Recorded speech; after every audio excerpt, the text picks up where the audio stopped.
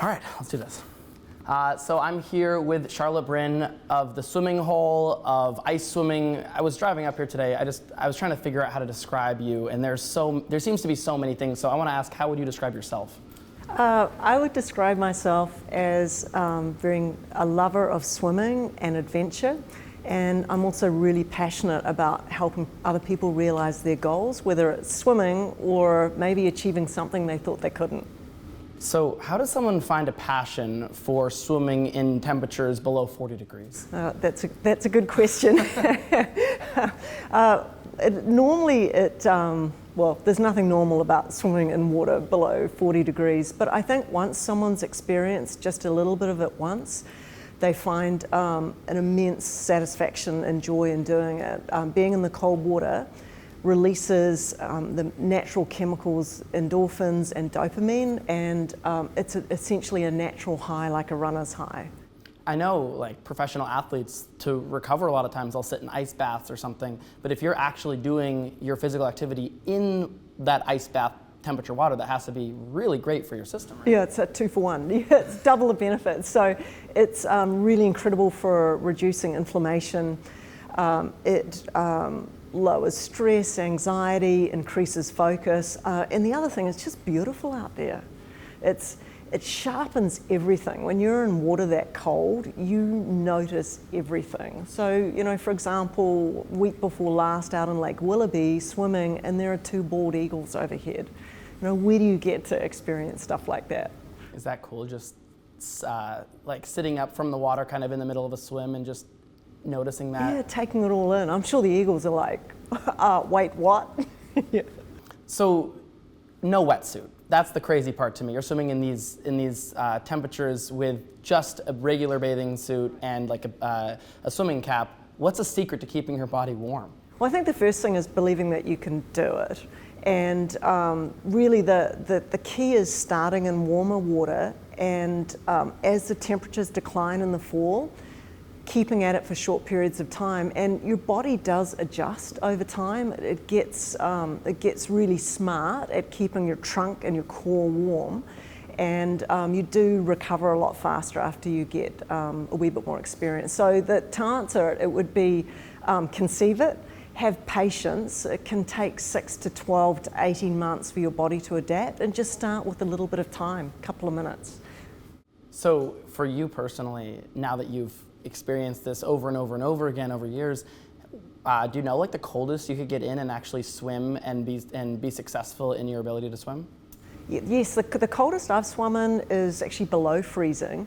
It was about 30.5, and it was survivable, although it did take some people to rake the water to stop it freezing. You know, when you're swimming and it kind of breaks it up. But yeah, that's the coldest that I've swum in. The key for me is keeping moving, and so when I'm swimming, I'm actually swimming quite hard, so my body can generate some heat from the muscular contraction. So for me, I'm fortunate to have a little bit of speed, and I'll get out there and I put the foot on the gas. But when you're swimming in that below freezing, you're actually kind of an icebreaker out there yourself. Correct. Have you gone through patches where you've had to break up the ice? I have, yeah. And I do try and avoid that because it is sharp. I actually call that slice and dice, because you do actually cut yourself.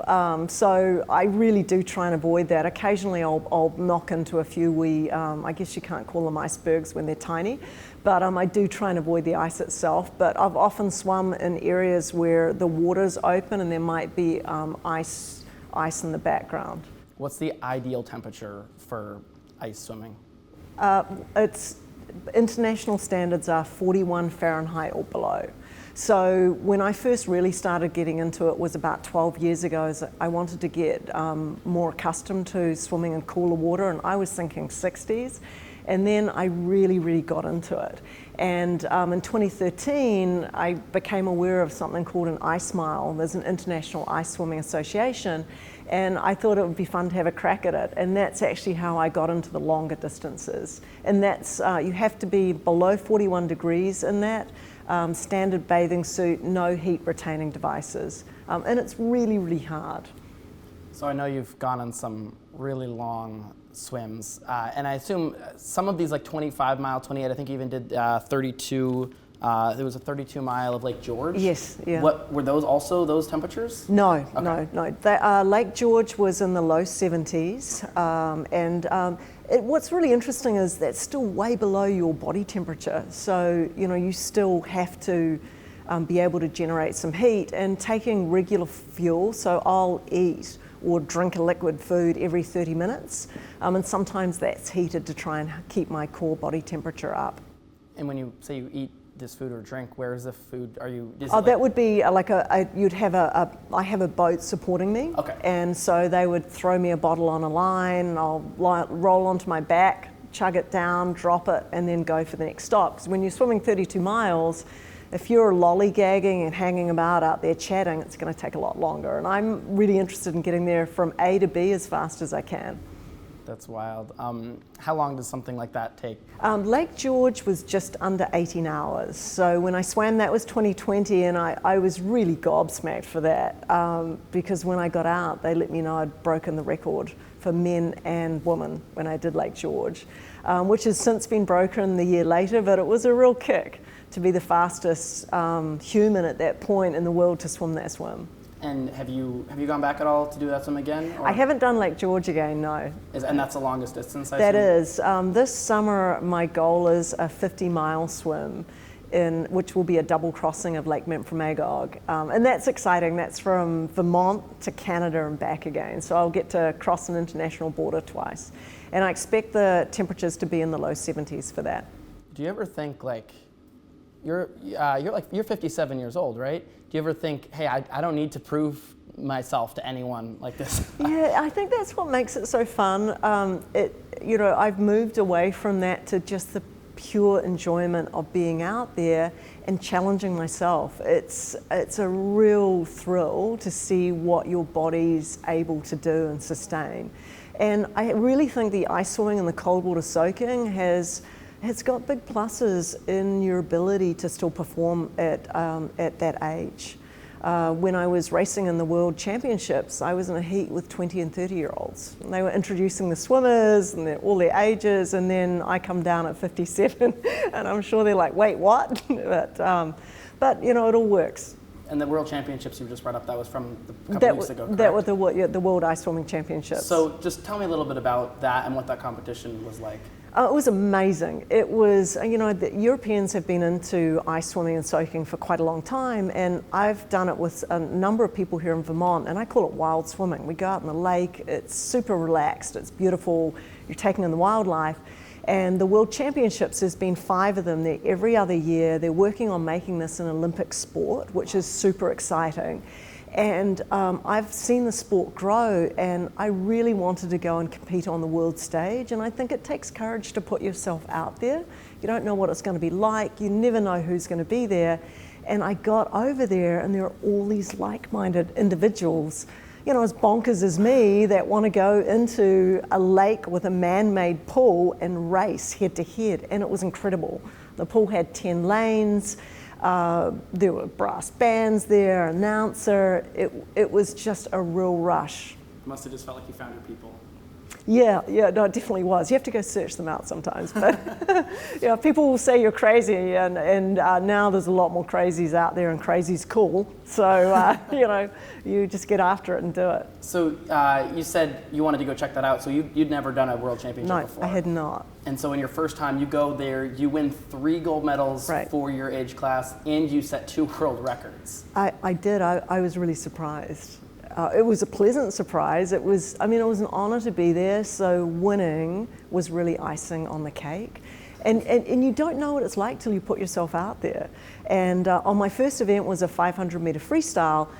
It's hard enough racing when you're in warm water. If you've ever done any running, walking event, when you do an all-out effort, your body goes under stress and breathing becomes labored. And my goal was to try and remain in control. And doing that while battling, being in 37-degree water, Fahrenheit, is really, really hard because your body's saying, get out. You're not going to make it, danger, danger, Will Robinson sort of thing. And it was an incredible experience. I was able to finish strong, and then the results were great. I know a lot of people have to kind of pump themselves up to get into like competition mode, But if you get in that 37 degree water, you're already, that's pumping you up immediately, right? Right. Well, and look, I have to be honest, I would have to say in everybody, there's a certain amount of fear going in. And people will often say to me, you've done this so often, it must be easy for you. It never is. You're still having to put yourself in that discomfort. And I use music oftentimes to psych me up. The song changes time to time. I think my song in my brain for my 500 meters was Heat Wave by the Glass Animals. I'm like, that works pretty well. If you talk yourself into being warm, you will. So do you go into a competition like this? I know you said it was a nice surprise to win, but do you ever go in kind of hoping to win? Or now that you've been doing it for, I think you said 12 years, do you kind of just, are you kind of just like, you know, I'm going there to have fun. Doesn't matter what happens. I always go to have fun. That's number one. And number two is giving it everything I've got. And in a race situation against people who are close to you, you're always going to put your foot on the gas harder. So if it comes down to doing my best, and if I've got to squeeze out a little more, I'm going to do it. I will definitely throw it down big in a race. But I always get along well with my fellow competitors. If you're around fast people, you swim faster.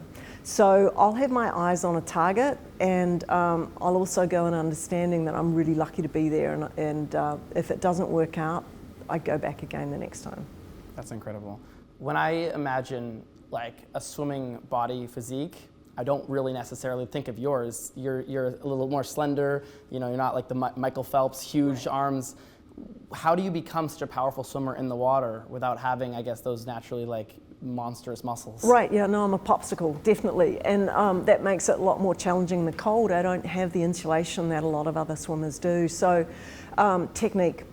So moving through the water with as much efficiency as you can.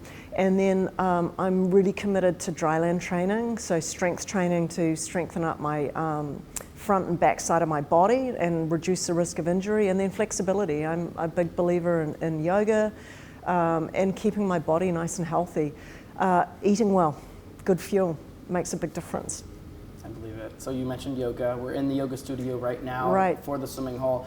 You've been executive director since when again, did you say? 2007. And over that time, I know you've been here since the founding of it in 2001. Just what has this place brought to you, and what have you brought to it to help it through the years? It's an incredible relationship. This place has a heartbeat and soul of swimming, and although it embraces all swimming, there's a really big focus on teaching people to swim of all ages, and it's a massive passion of mine.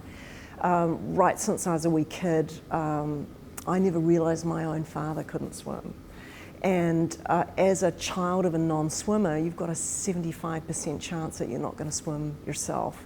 And I feel really grateful to have bucked that curve, and so a big passion of my life is assisting the swimming hole to help other people learn and have success in the water. And that's everybody, whether it's little dots, 6 months old, or someone who's more advanced in years. It's never too late to learn. And the beauty of this place is, I mentioned the importance of strength training and flexibility.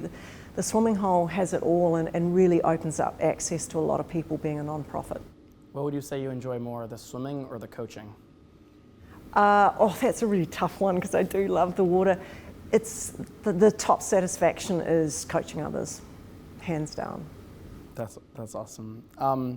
So on your Brynn Swim website, you say that you're wired for adventure. I am. What does that mean to you? That means that, probably actually it's take risks, calculated risks, and a lot of things that initially people might think are off the charts, I'll do it and go for it. And then I won't dive in straight away. I'll research, get myself ready and go. And that might be swimming across a channel in some pretty wild water. It might be doing a swim that no one's ever done before. And I really love those trailblazing type things. And I think ice swimming's a little bit like that. When I started, I was one of the first 100 in the world to ever complete an ice mile. So I think sort of being on that early adapter angle is part of my adventure. the word that comes to my mind when I think of you is crazy. And a lot of times I think you describe someone as crazy as a bad thing, but for you it seems like a compliment. Right? Yeah, no, so people sort of say, well, if someone can't conceive some of those, like getting into that ice water, and they say you're crazy, and I used to be a wee bit embarrassed, now I say thank you so much. Because like the choice of normality, I like to live a wee bit outside of that. And people are curious and they want to try it, and I like to open that up for them as well too. So, you know, whether it's taking a jump off the big rock or diving into the ice water, you just don't know how exciting it is until you try. And if you scare yourself a little bit, you really feel alive. So if you're with friends and someone says, I bet you won't do that, you're probably the one that's going to do it. Yeah, I probably am, but I'll research it first. You know, I mean, there is safety as well, but yeah, I'm going to do it. What would you say your favorite adventure has been?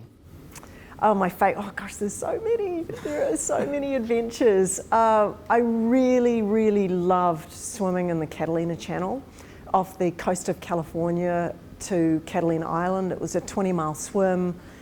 It was an incredible adventure. I was really fortunate to swim with a lot of amazing dolphins and fish like that. And sometimes the ones where you don't expect stuff are the most exciting. The boat might break down, or you might get bumped by a fish, and yeah, I'd say that's probably it. The toughest ones are the best. Speaking of tough, is it true you got bit by a shark? I did, yeah, correct, yeah. Can you tell me about that? Well, that was in the Catalina Channel, and I got in the water at 11 p.m. at night. This is when you had to go, not my choice, by the way. And you have to start on land, and I started on the Catalina Island, and when I got off the boat, they said, careful not to cut yourself, it's a bit rocky around the island. So I'm swimming towards the island, and I was like, uh-oh, that can't be good. And I cut my knee open a little bit, and I didn't think much of it. I was about an hour off the island, and in the dark of the night, something hit me like a freight train on my hip. And it felt like I'd been smacked with a piece of wood with nails in it. And fast forward, I had no idea what it was, but it shunted me sideways, and it ate, like I can't even explain. Because normally I'll say, you know what I mean, but people are like, no, I don't know what you mean. And anyway, long story short, I kept swimming for another 11 hours and actually got pulled from the water, and it wasn't until I was in the car afterwards that I felt really uncomfortable in my hip, and I couldn't get comfortable, and the girls that were with me are like, you're out of it, you've been in the water, you know, we've been up 30 hours, and my sweatpants kind of slid down, and I'm like, I think there's holes in me, and there were puncture marks on my hip and a mouth mark, and that's how we kind of figured I'd connected with a toothy fish out there. So you got bit by a shark and swum for another 11 hours, didn't even realize you had been bit. Well, I knew it was something not good, but I didn't want to finish. I planned to do the swim, and yeah. I can't even imagine. Yeah, high pain threshold, I guess. Well, yeah, I mean, but that's people's nightmares. You're swimming in the middle of the night. Right. First of all, people don't go out swimming in the middle of the night for those reasons. Yes. And then they have a Jaws experience. Yeah. Well, I think probably more frightening than that was, I never saw it. So, but more frightening with that, I didn't complete the swim. It was a 20-mile swim, and I got pulled a mile from shore.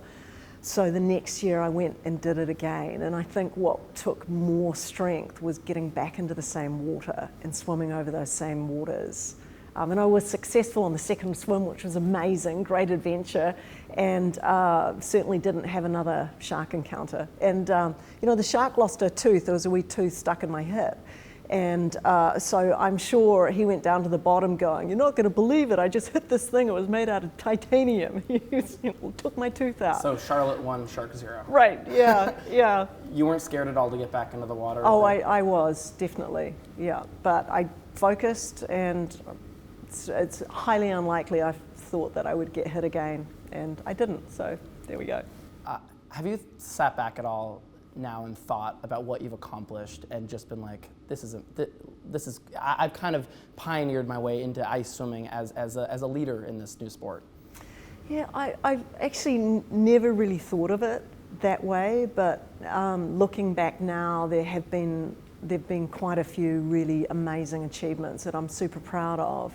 And you know, I think with the growth of the sport, that is the case. But as it's happening, it's really just kind of one adventure and challenge to the other.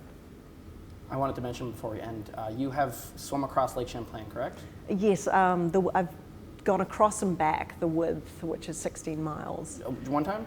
I've done that twice. So you've swum across and back 16 Right. miles. Yeah. That's also incredible, especially for Burlingtonians, knowing, because you look across to Plattsburgh into New York and you're like, wow, that's far. Yeah. Even the boats themselves take like 15 minutes to go across in a ferry. No, there are a number of people had swum it, and I thought it would be really cool to do it first. Not even so much to do it first, to do it both ways, and I thought that would be great. You were the first person to do? First person to go back and forth. Right. On Lake Champlain. Yes. Yeah. That has to be some kind of record. Yeah, and I think written. that was 2011 for that. Yeah. That was really exciting. That was really exciting. So you grew up in New Zealand. I did. Right yeah. right on the coast. It's actually pretty hard to not be on the Yes. coast. Probably growing up Yeah. in New Zealand. I know. I saw in an interview once you said that as a little girl you'd wake up from the lighthouse Yeah. coming into your room. If you could go back and tell that little girl anything about her future, is there anything you would say? I would say go for it. It's like, if in doubt, do it, definitely. And I really felt that growing up, the lighthouse drew me to the water. And I'd say to her, you know, follow your gut, you're doing the right thing. And swimming's been my life, and it's been amazing.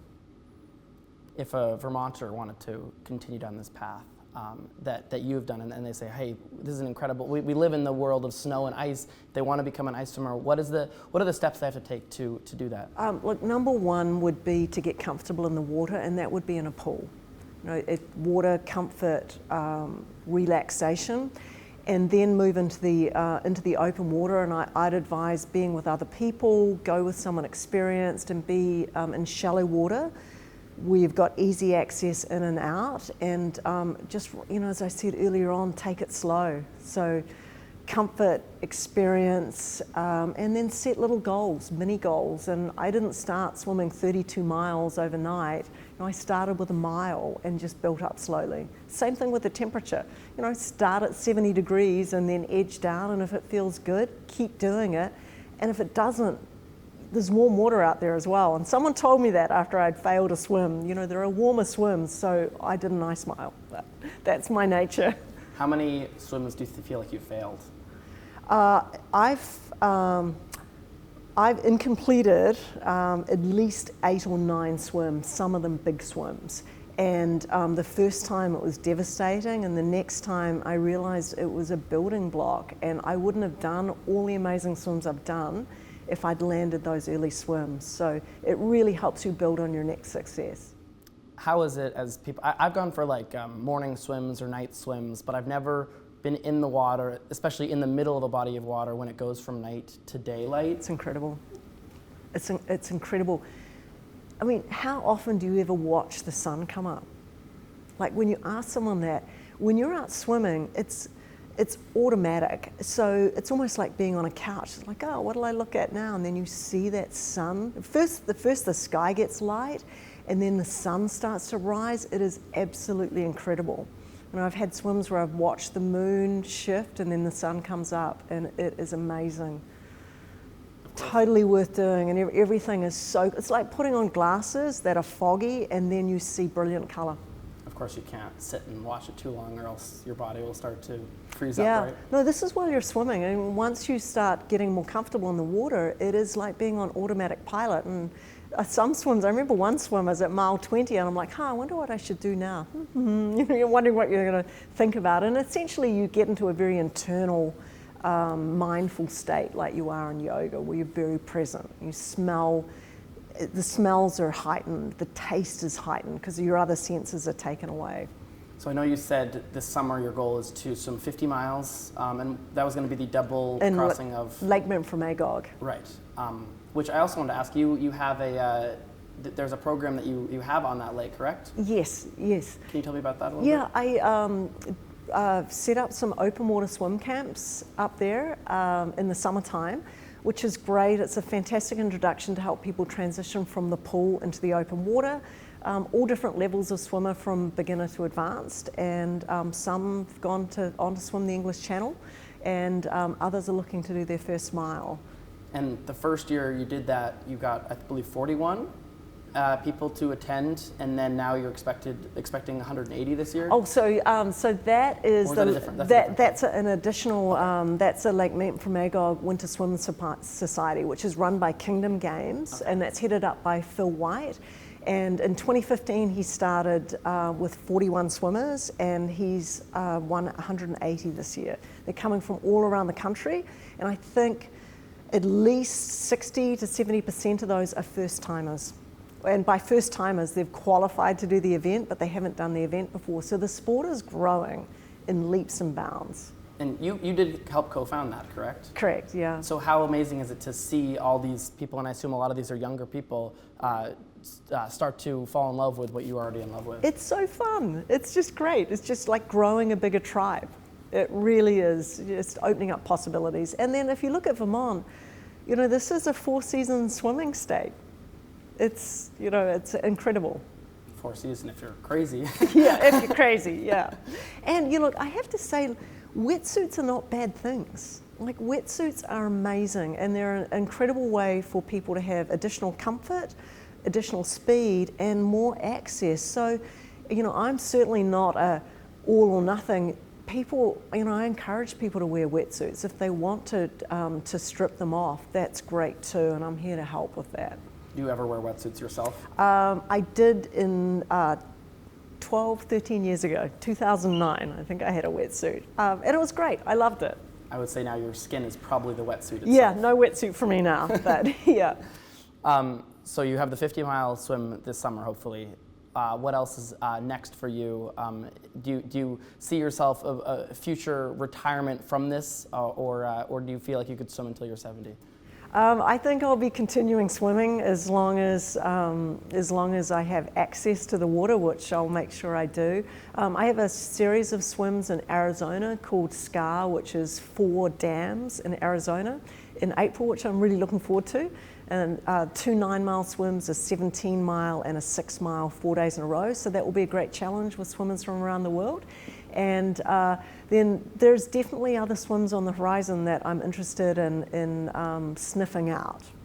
But normally it's a year in advance, so my dance card is pretty full this year. Amazing. Well, thank you so much. Thank you so much, and we look forward to getting you in the water one day soon. Sometime. Yeah, yeah.